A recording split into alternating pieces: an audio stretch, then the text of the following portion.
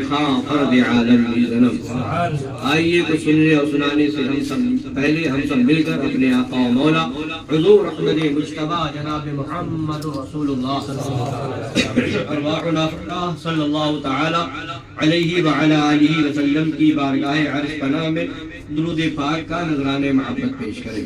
اللہم صلی علی سیدنا و نبینا و شفیعنا و حبیبنا و مولانا محمد عبد الجود والکرام وآلہ الکرام و ابنہ الکریم و امتہ الکریمۃ وبارک وسلم۔ دعا کریں اللہ تبارک و تعالی مدینہ طیبہ کی حاضری قبول فرمائے، اللہ کی بارگاہ میں حاضری مقبول ہو، اور تمام ایمان والوں کو آقا دو جہاں صلی اللہ تعالی علیہ وعلی آلہ وسلم کے دیار پاک کی مقبول مبرور باادب حاضری نصیب ہو۔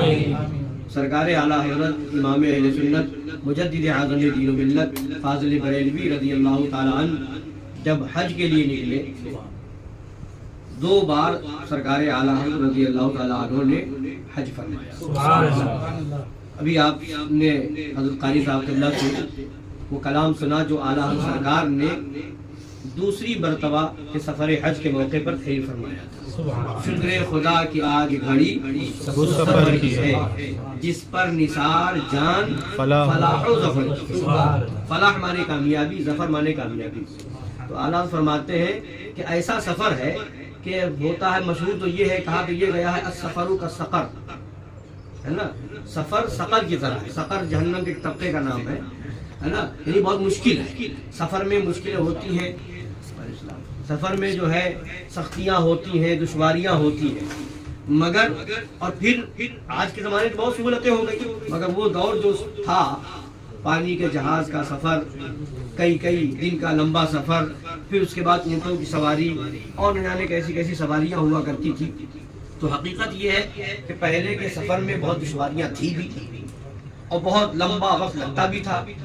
آج کے زمانے میں بہت آسانی ہو گئی ہے، تو پھر بھی اعلیٰ سرکار کیا فرماتے ہیں، اس زمانے کا سفر مشکلوں والا سفر بظاہر تھا بھی، مگر فرماتے ہیں شکر خدا کہ آج گھڑی اس سفر کی ہے، اس سفر کی وہاں صعوبتیں نہیں ہیں، تکلیفیں نہیں ہیں، مصیبتیں نہیں ہیں، پریشانیاں نہیں ہیں، جس پر نثار فلاح و ظفر نہیں، فلاح و ظفر کی جان جس پر نثار ہو وہ سفر ہے۔ اب وہاں کامیابی ہی کامیابی ہے، فلاح بھی نہیں، فلاح کی جان، ظفر نہیں، ظفر کی جان اس سفر پہ قربان، وہ سفر ہے۔ شکر خدا کی آج گھڑی اس سفر کی ہے، جس پر نثار جان فلاح و ظفر کی ہے۔ گرمی ہے، تپ ہے، درد ہے، کلفت سفر کی ہے۔ گرمی ہے، تپ ہے، درد ہے، کلفت سفر کی ہے۔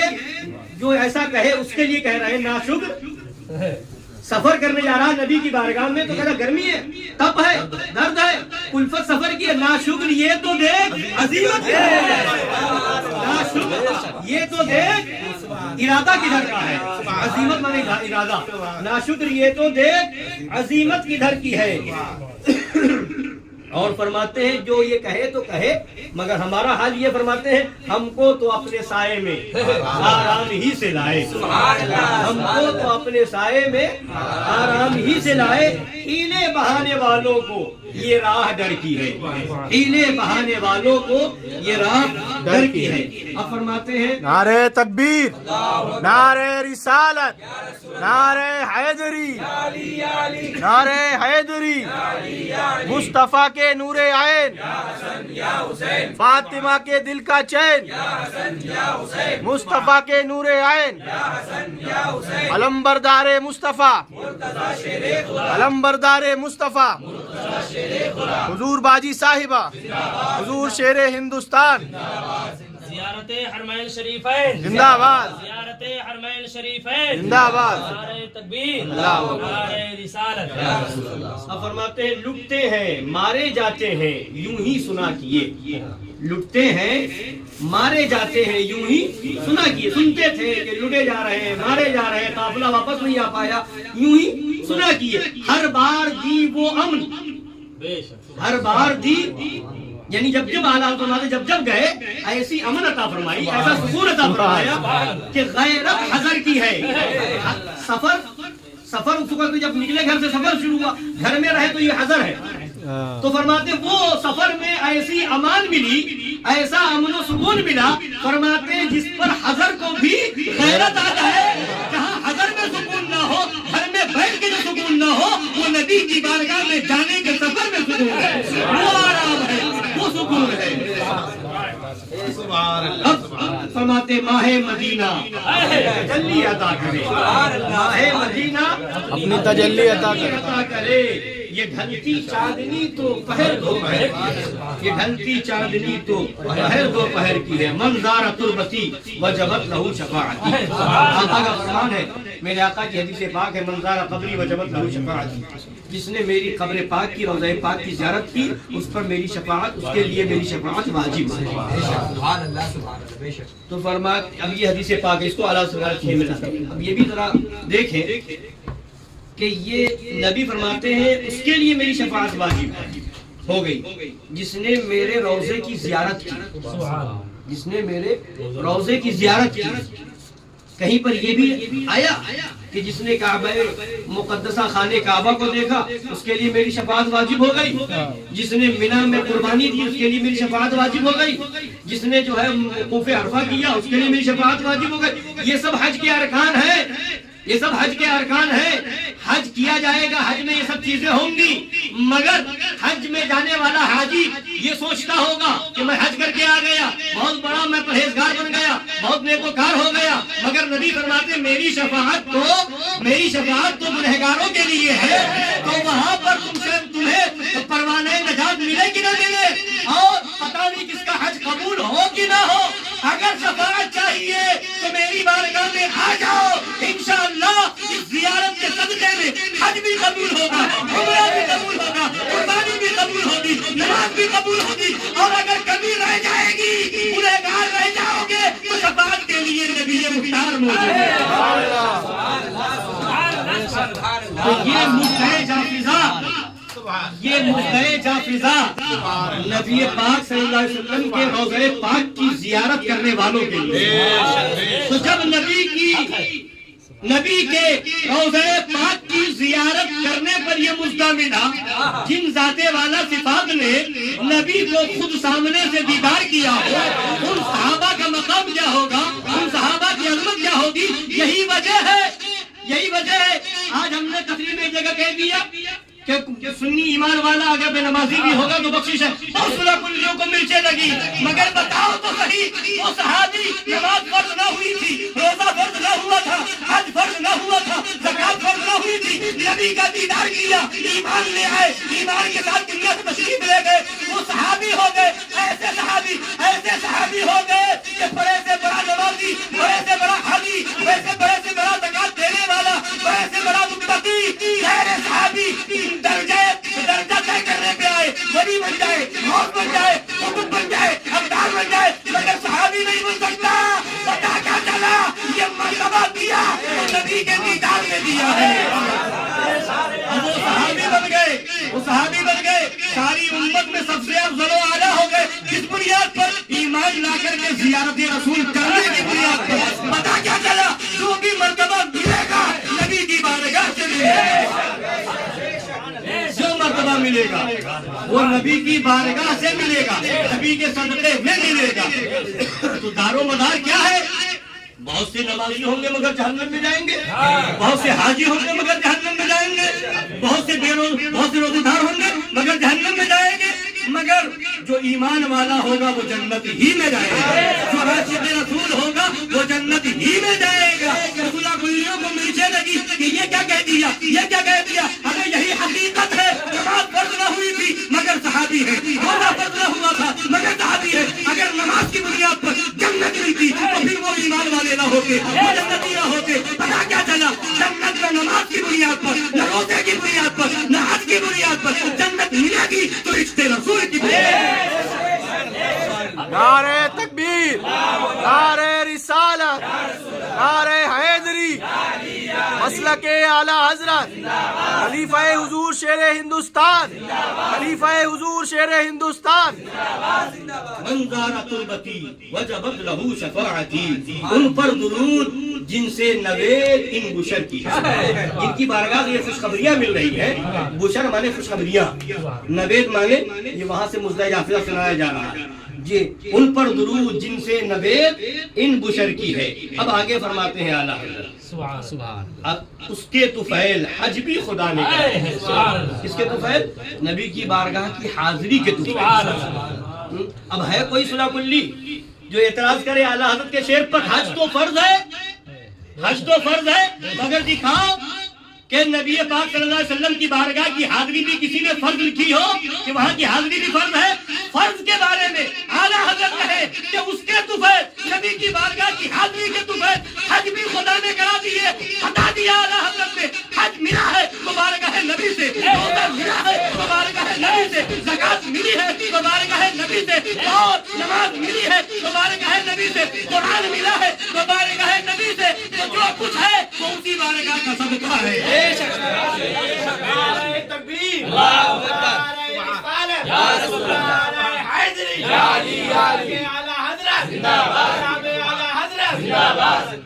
اس کے طفیل حج بھی خدا نے کرا دی. اصل مراد حاضری اس پاک در کی. اصل مراد بھی بتا رہے ہیں. ہماری اصل مراد کیا ہے؟ نبی کی بارگاہ کی حاضری، جبکہ حج فرض ہے.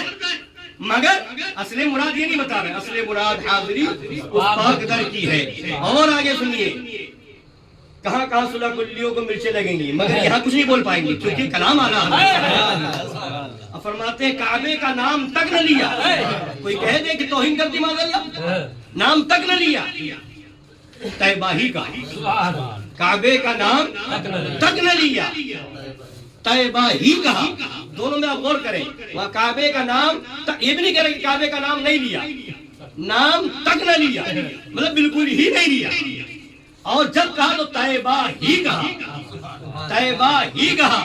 پوچھا تھا ہم سے جس نے کہ نہضت کدھر کی ہے، ارادہ کدھر کا ہے، کہاں جا رہے ہیں؟ بس طیبہ جا رہے ہیں، طیبہ جا رہے ہیں، مدینہ جا رہے ہیں، مدینہ طیبہ جا رہے ہیں، سرکار کی بارگاہ میں حاضری دینے جا رہے ہیں. جلنے والوں جلو، مرنے والوں مرو. اور اعلیٰ حضرت نے مسئلہ اور واضح کر دیا کہ کیوں ایسا کیا، کیوں ایسا کیا. تو کہتے ہیں یہ بھی تو دیکھ کعبہ ہے کیا، کعبہ بھی ہے انہی کی تجلی کا، کعبہ بھی ہے انہی کی تجلی کا زلزل.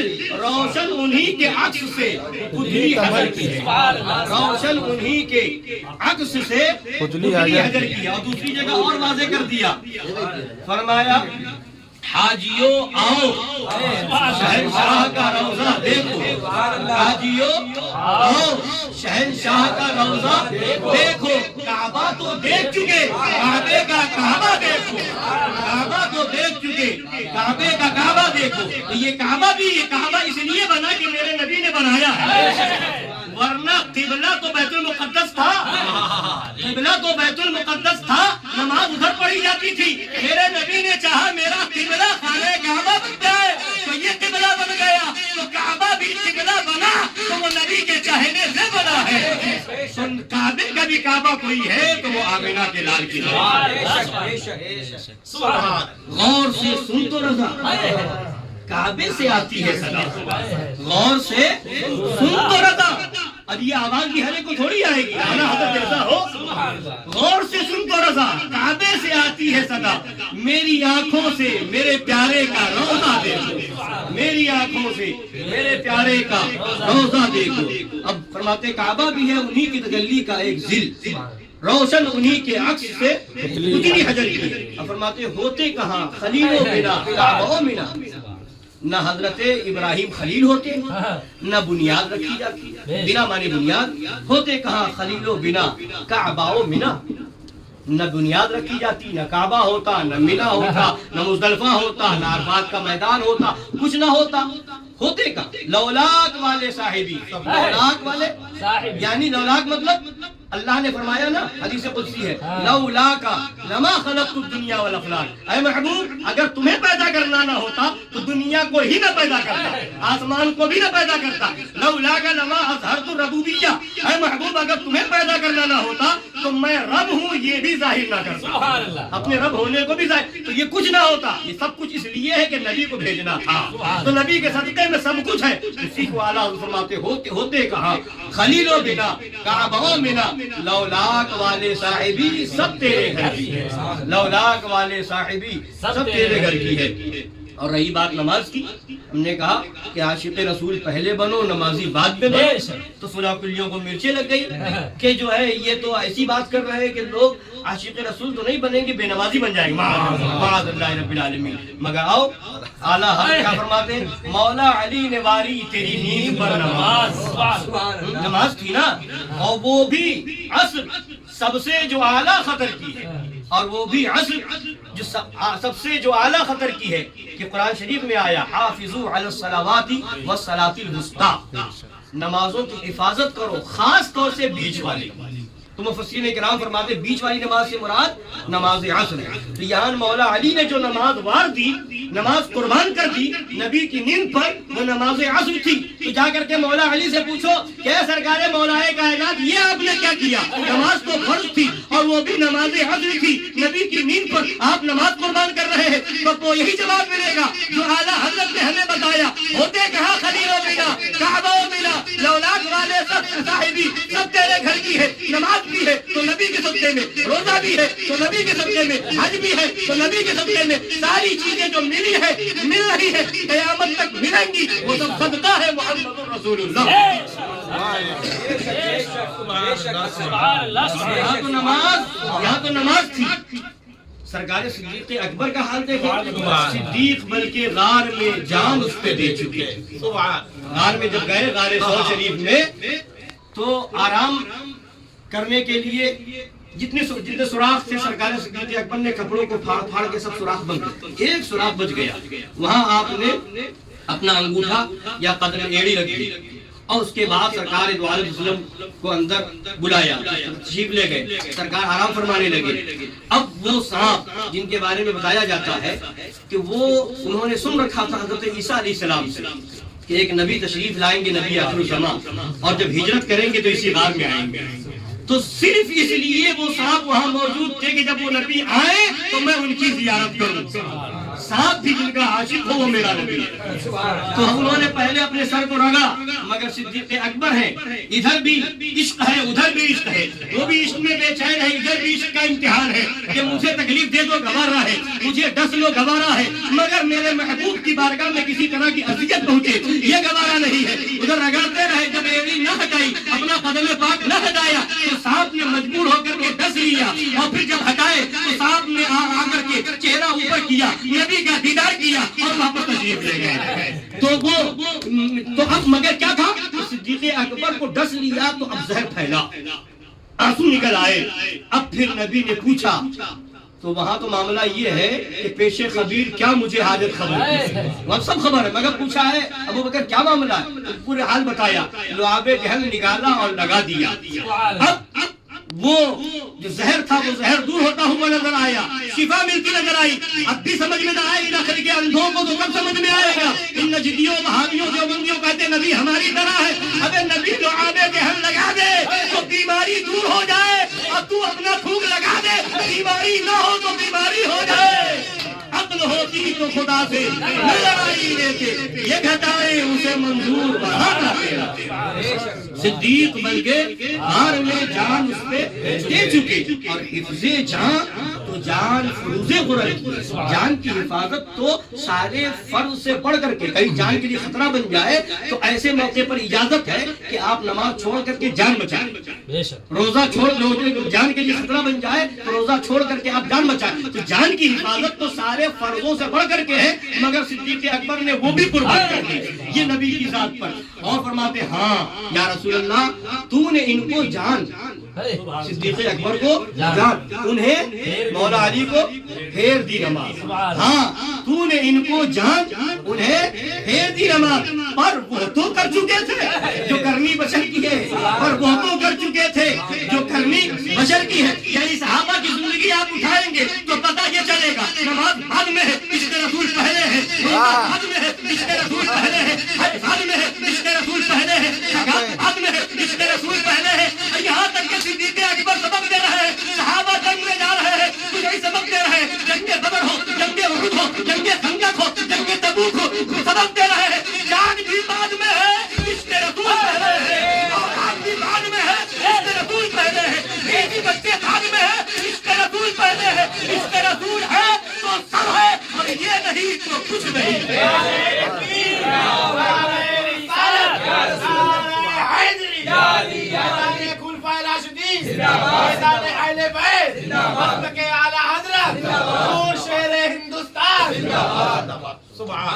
یہ ہے تو سب ہے اور یہ نہیں تو کچھ نہیں، جان ہے عشق مصطفیٰ روز خضوع کرے خدا، جس کو ہو درد کا مزہ نازے دوا۔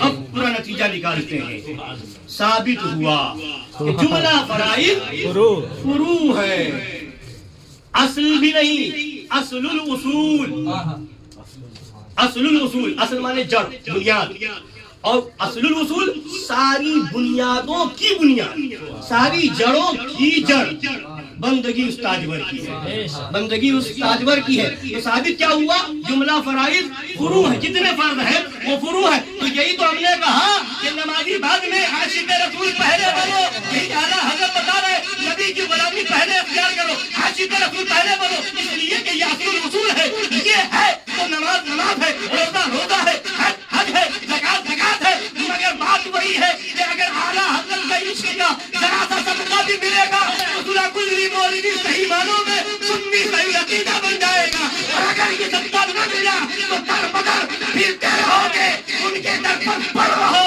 آخرہ تو آئے رہا، اول گیا آخر گیا۔ اس لیے یہ اعلیٰ حضرت نے سبق دے دیا کہ ثابت ہوا کہ جملہ فرائض فروع۔ اب ایک بات اور بتا دوں، فروع کو یوں سمجھیے آپ، اصل الاصول جڑ، اس کو آپ یوں سمجھیے کہ درخت ہے، درخت ہے تو درخت میں پتے ہیں، یہ فروع ہے، ٹہنیاں ہیں، یہ فروع ہے، پھل ہے، یہ فروع ہے، پھول ہے، یہ فروع ہے، اور جو جڑ ہے یہ اصل ہے۔ اگر جڑ سلامت ہے تو اس میں شاخیں نکلیں گی، اگر جڑ سلامت ہے تو اس میں پھول ہوں گے، اگر جڑ سلامت ہے تو پھل ہوگا، اگر جڑ سلامت ہے تو پتیاں نکلیں گی، اگر جڑ سلامت ہے تو وہ درخت کی ہریالی برقرار رہے گی، اور اگر جڑ سوکھ جائے، اگر جڑ سوکھ جائے تو اب نہ وہ درخت بڑھ سکتا ہے، نہ اس میں پتیاں نکل سکتی ہے، نہ پھول نکل سکتا ہے، نہ وہ ٹہنیاں نکل سکتی ہے، نہ اس کی ہریالی برقرار رہ سکتی ہے۔ جڑ جتنی مضبوط ہوگی، اس کے اندر جتنی زیادہ غذا پہنچے گی، ویسے ہی اس کے اوپر ہریالی آئے گی، ویسے ہی اس کے اندر پھل آئیں گے، پھول پتیاں آئیں گی، ٹہنیاں ہوں گی۔ تو پتہ کیا چلا؟ یہ سب فروع ہے، اصل جو ہے وہ جڑ ہے۔ اسی طریقے سے بلا تشبیہ و بلا تمثیل سارے فرائض، نماز، روزہ، حج، زکات، یہ فروع ہے۔ نبی کی غلامی اصل ہے، یہ غلامی ہوگی تو نماز قبول ہوگی، یہ غلامی ہوگی تو روزہ قبول ہوگا، یہ غلامی ہوگی تو حج قبول ہوگا، یہ غلامی ہوگی تو ساری عبادتیں قبول ہوگی۔ اور اگر یہ جڑ سوکھ گئی، اگر غلامی رسول نہ رہی، غلامی رسول صحیح معنوں میں یہ ہے، اگر سچے غلام رسول ہے تو بہادریوں سے دور، دیوبندیوں سے دور، رافضیوں سے دور، قادیانیوں سے دور، اور اگر ان سے میل جول گھال میل ہے تو پھر اس کا مطلب تمہاری اصل جو ہے، تمہاری جڑ جو ہے سوکھی جا رہی ہے۔ اب نماز پڑھو کوئی مطلب نہیں، روزہ رکھو کوئی مطلب نہیں، سب سے بڑھ کر کے نبی کی غلامی ہے۔